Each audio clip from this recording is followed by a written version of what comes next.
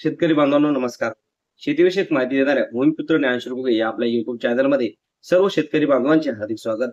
आज आपण या व्हिडिओमध्ये प्रिव्ही कंपनीच्या मायक्रोझॉल 4G तसेच प्रिव्ही कंपनीच्या न्यूट्रीबाईट या दोन उत्पादनांविषयी थोडक्यात माहिती जाणून घेणार आहोत. तर सुरुवात करू मायक्रोझॉल 4G पासून. शेतकरी बांधवांनो, मायक्रोझॉल 4G काय आहे तर शेतकरी बांधवांनो, मायक्रोझॉल 4G हे एक मायक्रोरायझ आहे. यामध्ये आपल्याला व्हॅम मायक्रोरायझा सोबत वेगवेगळ्या प्रकारचे जवळपास 13 प्रकारचे अन्न घटक भेटतात. ज्यामध्ये सीवीड असेल, ऑर्गॅनिक ऍसिड आहे, अमिनो ऍसिड आहे, हुबिक ऍसिड आहे, शुगर अल्कोहोल्स, त्यामुळे मायक्रोन्यूट्रनमध्ये कॅल्शियम आहे, बोरॉन आहे, व्हिटॅमिन्स आहे, यासारखे जवळपास व्यायाम मायक्रोरायझा व त्यासोबतचे 13 अन्नद्रव्ये आपल्याला प्रिव्ही कंपनीच्या मायक्रोझॉल 4G या उत्पादनामध्ये भेटते. याचा वापर केल्यामुळे आपल्याला काय फायदा होतो शेतकरी बांधवांनो?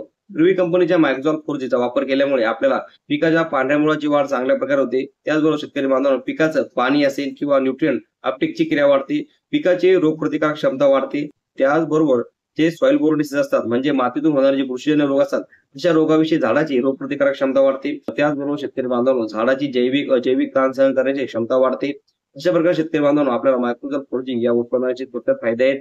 त्यामुळे आपल्या झाडाच्या न्यूट्रिएंटचे अपटेक चांगल्या प्रकारे होते व याचा वापर आपण पिकाच्या सर्व अवस्थेमध्ये करू शकतो. याचा वापर करताना आपल्याला एका गोष्टीची काळजी घ्यायची की यासोबत आपल्याला कुठल्याच प्रकारचं कीटकनाशक किंवा बुरशीनाशकचा वापर करायचा नाही. किंवा आपण जर आपल्या समजा भाजीपाला वर्गीय पीक असेल किंवा कुठलंही पीक असेल, याला जर आपण रासायनिक खताचा वापर केल्यानंतर मायक्रोरायझाचा वापर आपल्याला किमान 7 दिवसानंतर करायचा आहे व मायक्रोरायझाचा वापर केल्यानंतर कमीत पुढचे 5 ते 7 दिवस कुठल्याही प्रकारचं केमिकल किंवा बुरशीनाशक आपल्याला त्या शेतामध्ये सोडायचा नाही. मायक्रोरायझाचा वापर आपण बीज प्रक्रियेसाठी करू शकतो व ड्रेंचिंग साठी सुद्धा करू शकतो. बीज प्रक्रियेसाठी आपल्याला मायक्रोझॉल 4G वापर 1 किलो बियाण्याला 10 ग्राम याप्रमाणे करायचा आहे. आपल्याकडे रब्बीमध्ये हरभरा सारखे पीक असेल, ज्या पिकामध्ये चांगली मूळ वाढण्यासाठी आपण याचा वापर करू शकतो. त्यानंतर शेतकरी बांधवांनो, आपण ड्रिचिंग साठी याचा वापर आपल्याला 1 लिटर पाण्यासाठी 10 ग्राम याप्रमाणे घ्यायचा आहे.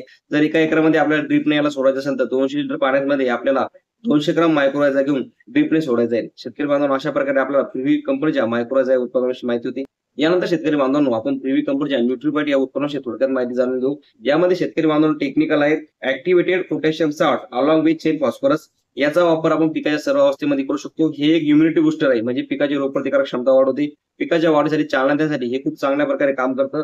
त्याचबरोबर शेतकऱ्यांना जमिनीतील वेगवेगळ्या प्रकारच्या बुरशीविषयी रोगप्रतिकारक क्षमता चांगल्या प्रकारे वाढवते. शेतकरी बांधवांनो, यावर्षी खूप जास्त पाऊस असल्यामुळे आपल्याला तूर पीक असेल किंवा हरभरा पीक असेल, या पिकामध्ये आपल्याला तूर पीक मर रोगाचा असेल किंवा आपण त्याला आपल्या भाषेत उबळणं म्हणतो, मर रोगाचा प्रादुर्भाव खूप जास्त प्रमाणात दिसून आला.